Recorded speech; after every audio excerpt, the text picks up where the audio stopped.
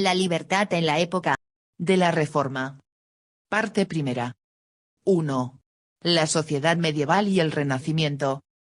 La imagen de la Edad Media I ha sido deformada de dos maneras distintas. El racionalismo la ha considerado sobre todo como un periodo de oscurantismo. Ha señalado la falta general de libertad personal, el despojo de la gran masa de población por parte de una pequeña minoría y el predominio de la superstición y la ignorancia, así como de una estrechez mental que hacía del campesino de los aledaños de la ciudad, para no hablar de las personas originarias de otros países, un extranjero sospechoso y peligroso a los ojos del habitante urbano. 1. Al hablar de sociedad medieval y de espíritu de la Edad Media en contraste con la sociedad capitalista, nos referimos a tipos ideales. Por supuesto, históricamente, la Edad Media no acabó de repente en un determinado momento, ni nació de golpe la sociedad moderna. Todas las fuerzas económicas y sociales que caracterizan a la sociedad moderna ya se habían desarrollado en el seno de la sociedad medieval de los siglos VI y VII.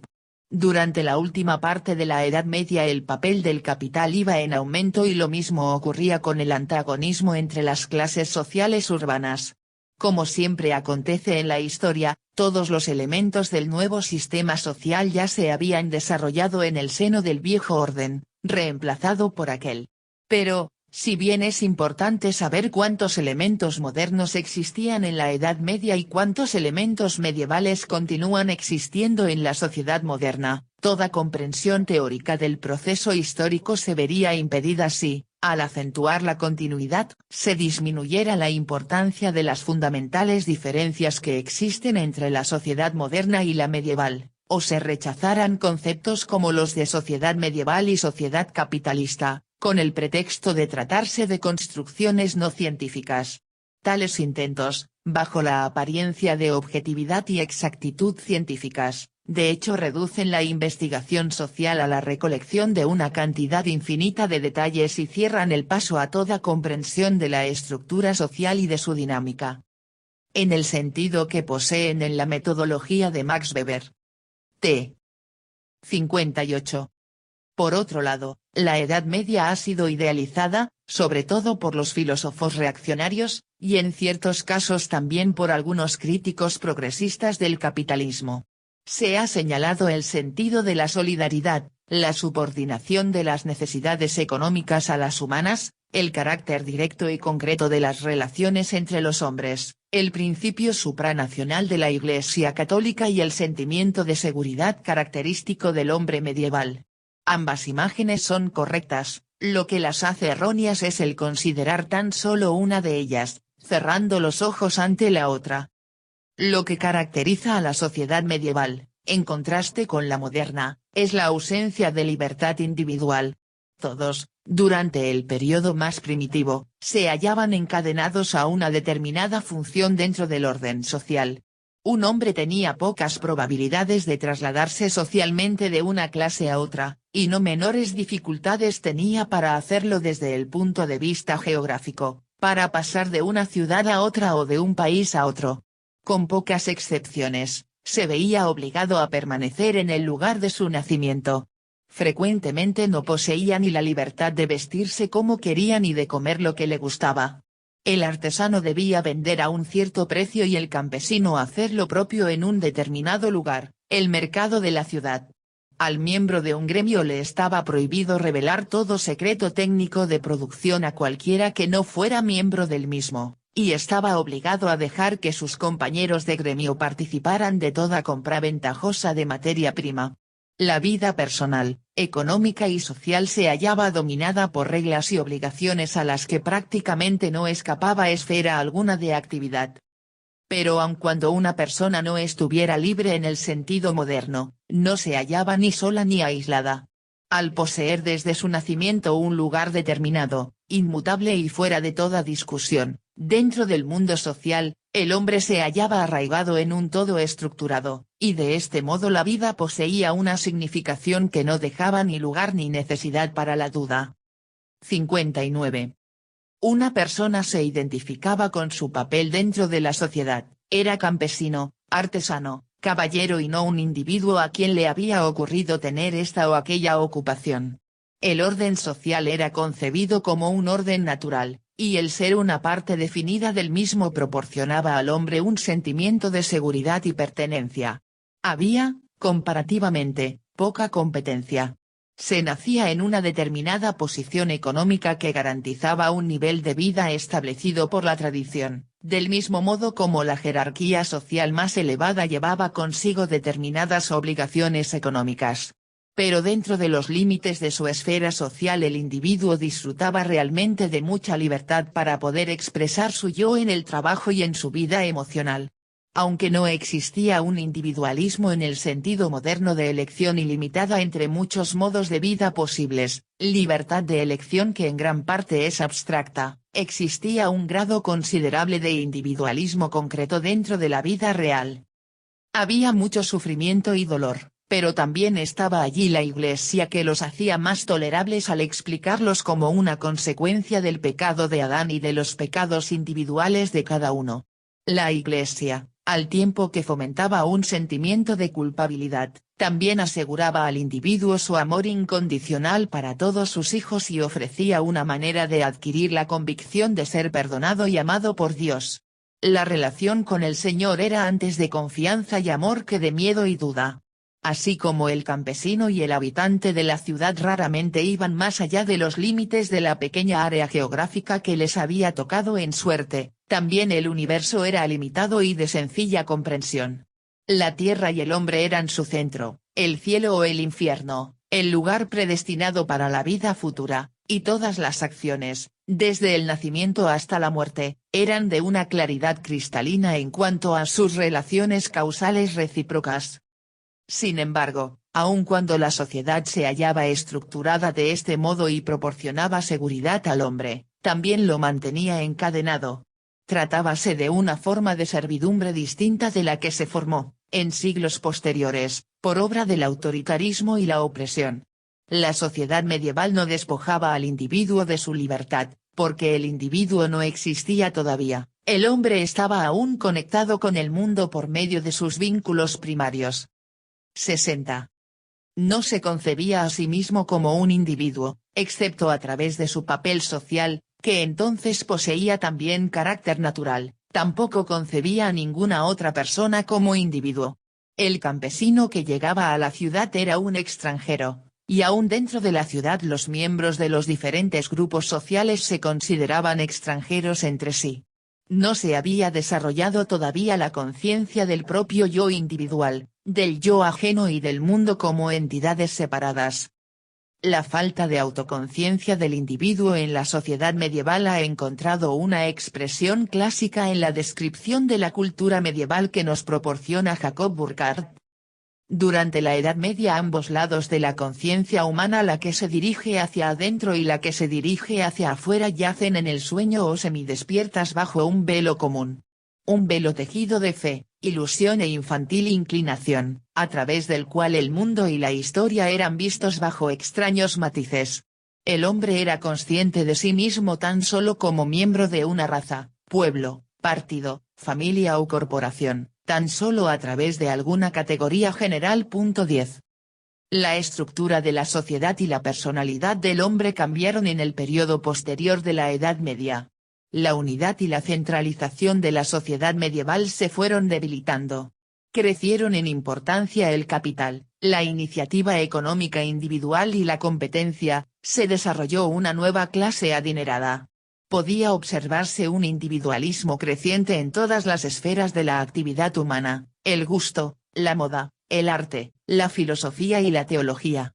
Quisiera destacar aquí cómo todo este proceso poseía un significado diferente para el pequeño grupo de los capitalistas ricos y prósperos, por un lado, y por el otro, para las masas campesinas y especialmente para la clase media urbana, para la cual este nuevo desarrollo, si bien significaba hasta cierto punto la posibilidad de riquezas y nuevas perspectivas para la iniciativa individual, esencialmente constituía una amenaza a su manera tradicional de vivir. 2. Jacob Burckhardt, The Civilization of the Renaissance in Italy, Londres, Allen Unwin, 1921, página 129. Traducción castellana, Buenos Aires, Losada, 1943. 61. Es importante grabar desde ahora en nuestra mente tal diferencia, porque las reacciones psicológicas e ideológicas de estos distintos grupos se vieron determinadas por aquella. El nuevo desenvolvimiento social y económico se efectuó en Italia con mayor intensidad y con mayores repercusiones sobre la filosofía, el arte y todo el estilo de vida, que en la Europa occidental y central. En Italia por vez primera el individuo emergió de la sociedad medieval y rompió las cadenas que le habían otorgado seguridad y que a la vez lo habían limitado. El italiano del Renacimiento llegó a ser, según las palabras de Burckhardt, el primogénito entre los hijos de la Europa moderna, el primer individuo. El hecho de que la sociedad medieval se derrumbara en Italia antes que en la Europa central y occidental, se debió a un cierto número de factores económicos y políticos.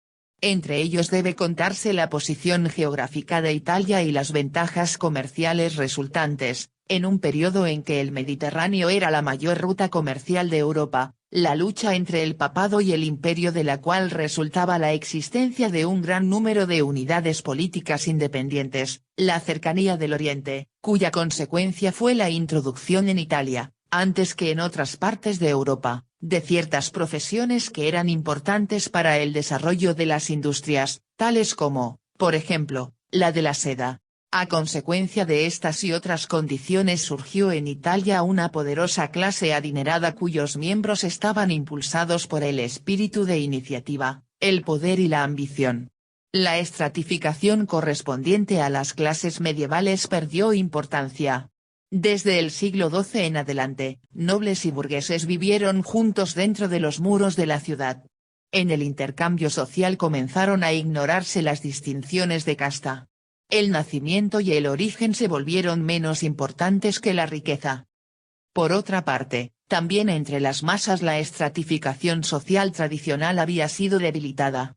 En su lugar hallamos una masa urbana de trabajadores explotados y desprovistos de poder político. 62.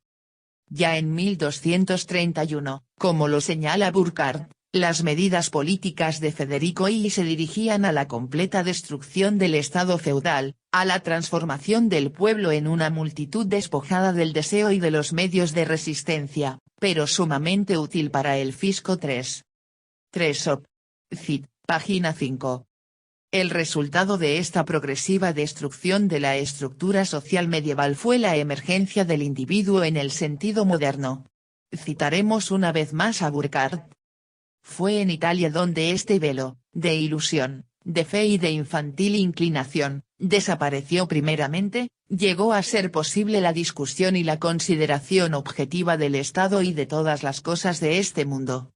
Al mismo tiempo se afirmó el lado subjetivo con un vigor análogo, el hombre se transformó en un individuo espiritual y se reconoció a sí mismo como tal. De este mismo modo los griegos se habían una vez distinguido de los bárbaros, y los árabes se habían sentido individuos en una época en que los otros asiáticos se reconocían tan solo como miembros de una raza. 4. Op. Cit. Página 129. La descripción que proporciona Burckhardt del espíritu del nuevo individuo ilustra lo que hemos expuesto en el capítulo anterior acerca de la emergencia del individuo de sus vínculos primarios. El hombre se descubre a sí mismo y a los demás como individuos, como entes separados, descubre la naturaleza como algo distinto a él mismo en dos aspectos, como objeto de dominación teórica y práctica y, por su belleza, como objeto de goce. Descubre el mundo, desde el punto de vista práctico, al descubrir nuevos continentes, y desde el punto de vista espiritual, al desarrollar un espíritu cosmopolita, un espíritu que hace decir al Dante, mi patria es todo el mundo. 5. La tesis central de Burckhardt ha sido confirmada y ampliada por algunos autores, mientras que otros la han repudiado.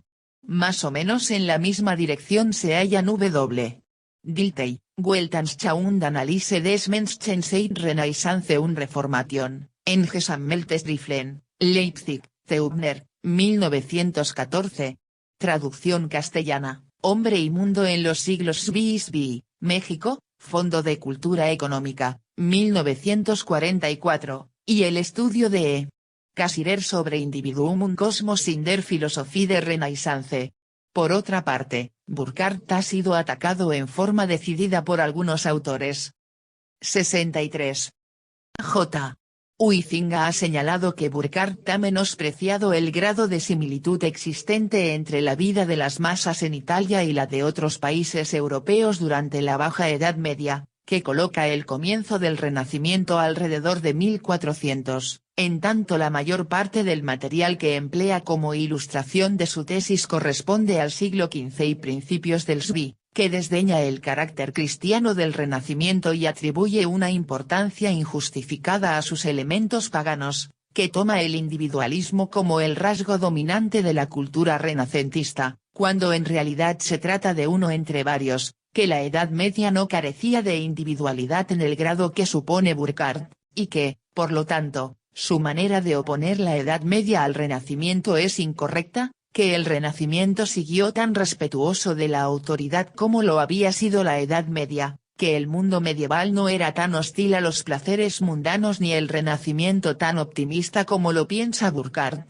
que durante el Renacimiento no existieron más que los gérmenes de la actitud del hombre moderno, es decir, su tendencia hacia los logros personales y el desarrollo de la individualidad, que ya en el siglo XIII los trovadores habían desarrollado la idea de la nobleza del corazón, y que, por otra parte, el Renacimiento no rompió con el concepto medieval de lealtad personal y servicio a alguien superior en la jerarquía social.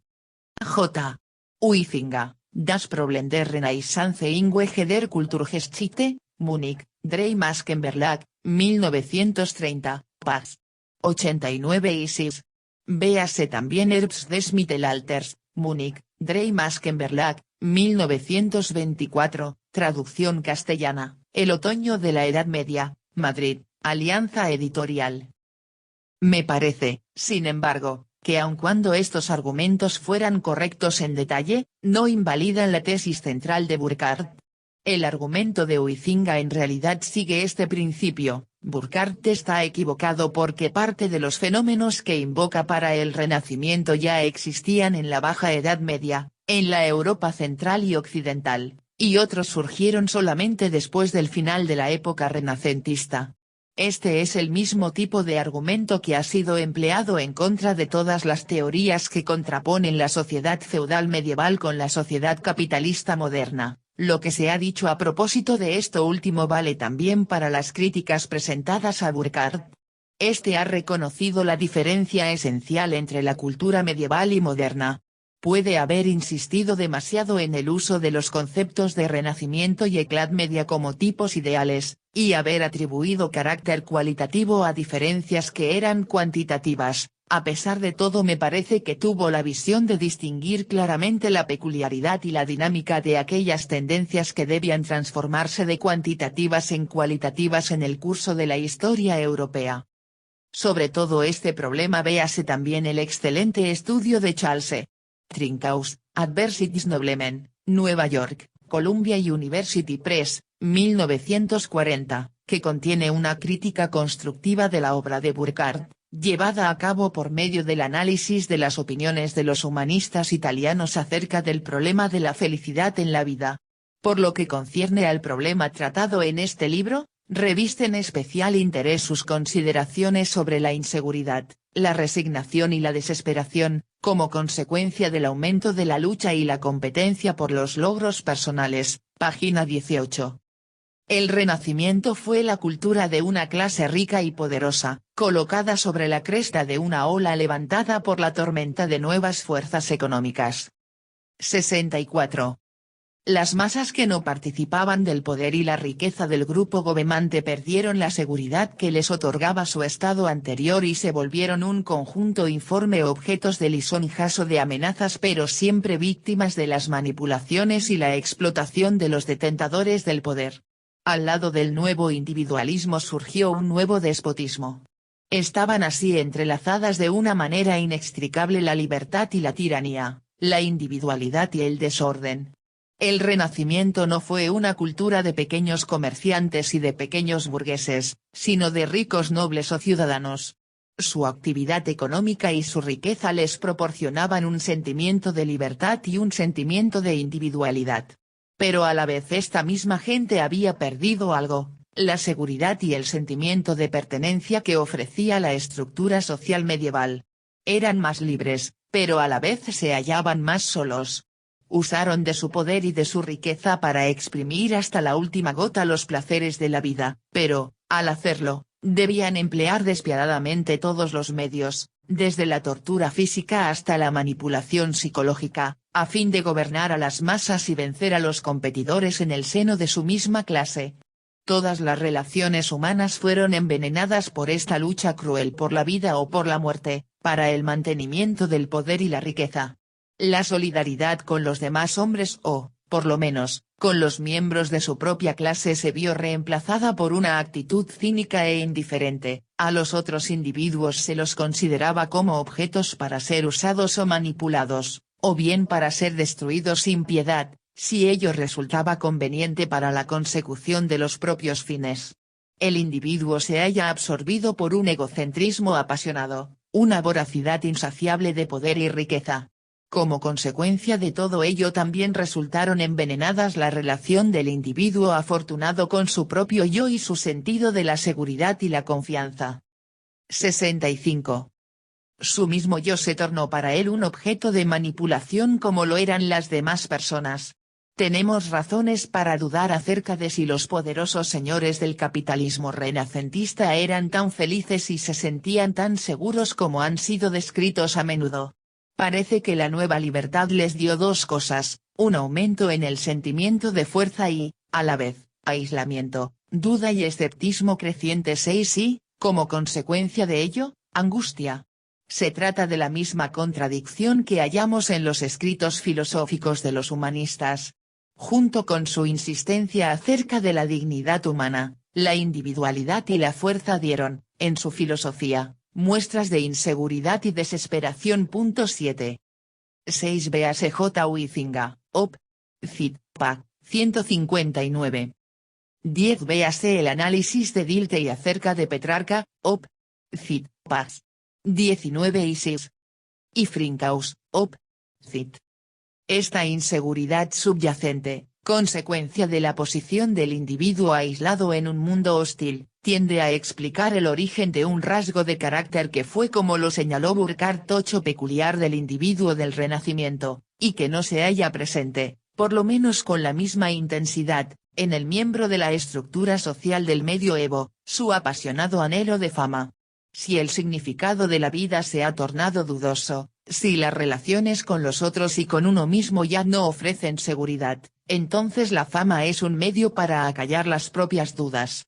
Posee una función con respecto a la inmortalidad, comparable a la de las pirámides egipcias, o a la de la fe cristiana, eleva la propia vida individual, por encima de sus limitaciones e inestabilidad, hasta el plano de lo indestructible. Si el propio nombre es conocido por los contemporáneos y se abriga la esperanza de que durará por siglos, entonces la propia vida adquiere sentido y significación por el mero hecho de reflejarse en los juicios de los otros. Es obvio que esta solución de la inseguridad individual era posible tan solo para un grupo social cuyos miembros poseyeran los medios efectivos para alcanzar la fama.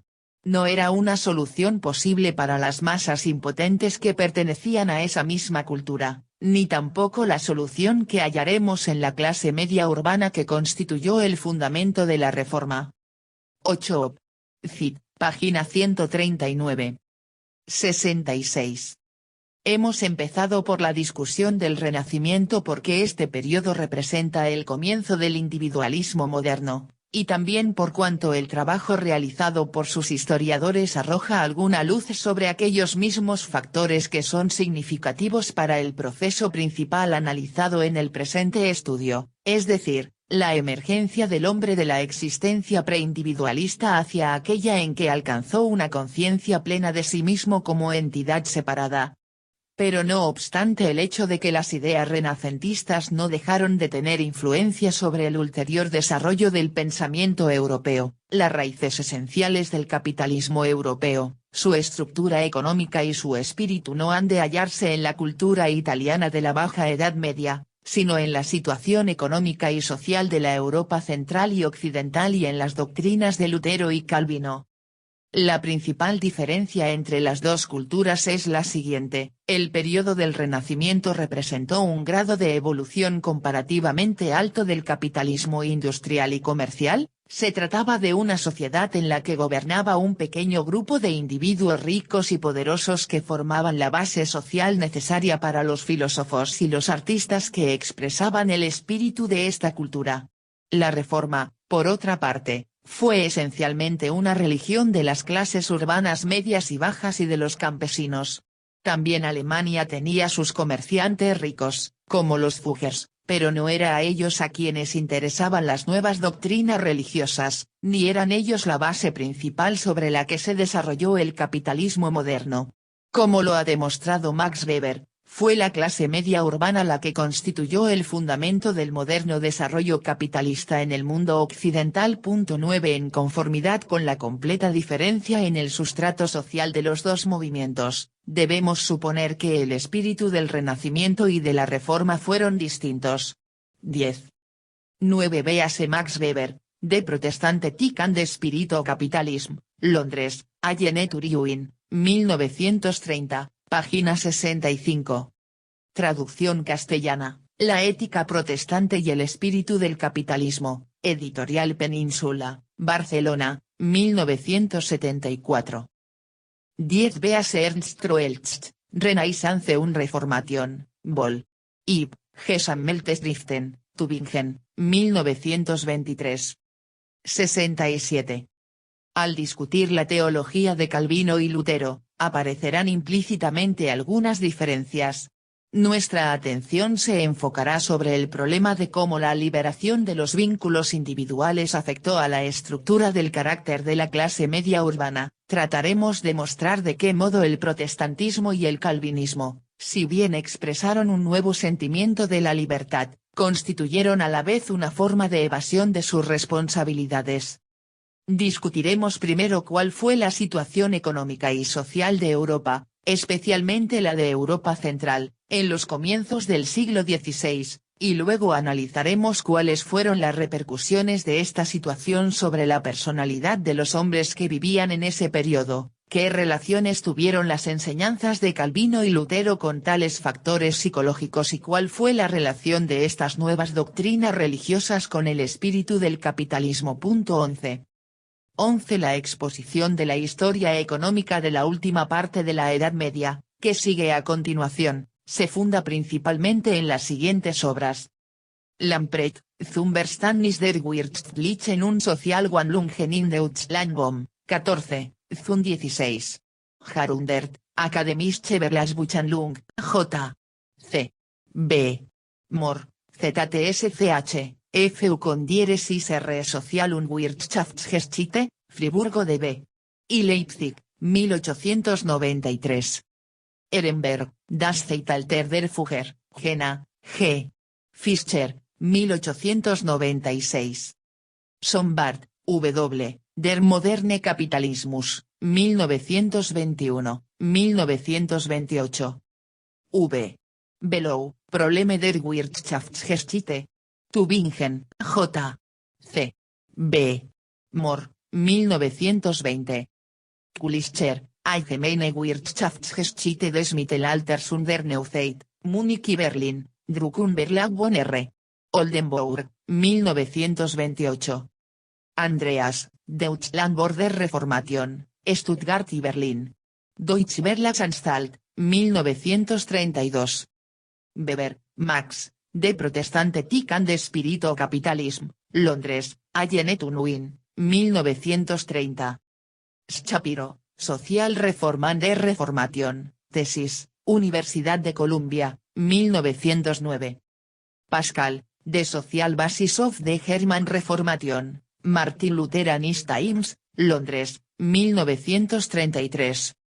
Tauney, Religion and the Rise of Capitalism, Londres, J. Murray, 1926, traducción castellana, La religión en el orto del capitalismo, Madrid, Editorial Revista de Derecho Privado, 1936. Brentano, Der Wissenschaften der Menschen der Geschichte, Leipzig, Menner, 1923. Kraus, Scholastic, Puritanismus und Capitalismus, Múnich, Duncker Humboldt, 1930. 68.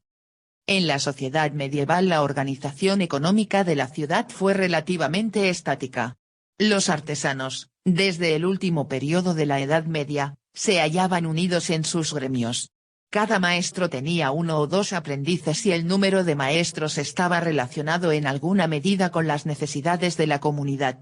Aunque siempre había alguien que debía luchar duramente para ganar lo suficiente con qué vivir, por lo general el miembro de la corporación podía estar seguro de que viviría con el fruto de su trabajo.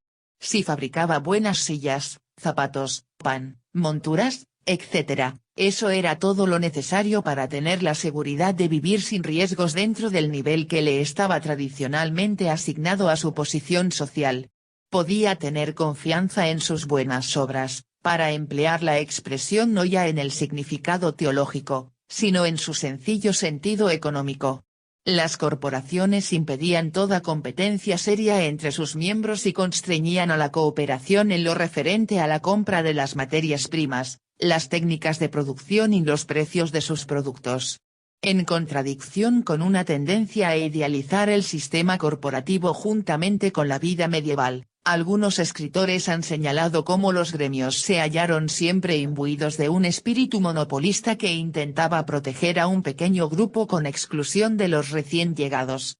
La mayoría de los autores, sin embargo, coincide en que, aun evitando toda idealización de las corporaciones, estas se hallaban basadas en la cooperación mutua y ofrecían una relativa seguridad a sus miembros. 12. Véase la bibliografía sobre esta cuestión citada por J. Kulischer, op. cit. Paz. 192 y 6. El comercio medieval era llevado a cabo, como lo ha indicado Sombart, por una multitud de pequeños comerciantes. La venta al por mayor y la venta al detalle todavía no se habían separado, y hasta aquellos comerciantes que visitaban el extranjero, tales como los miembros de la ANSA del norte de Alemania, todavía se ocupaban del comercio al detalle. 69. También la acumulación del capital fue muy lenta hasta fines del siglo XV. De este modo el pequeño comerciante poseía un grado considerable de seguridad en comparación con lo que ocurrió durante la última parte de la Edad Media, cuando el gran capital y el comercio monopolista asumieron una importancia creciente. Mucho de lo que ahora tiene carácter mecánico, dice el profesor Tauney acerca de la vida de una ciudad medieval, era entonces personal, íntimo y directo, y había poco lugar para una organización demasiado vasta para el individuo y para la doctrina que hace acallar los escrúpulos y cierra todas las cuentas con la justificación final de la conveniencia económica. 13.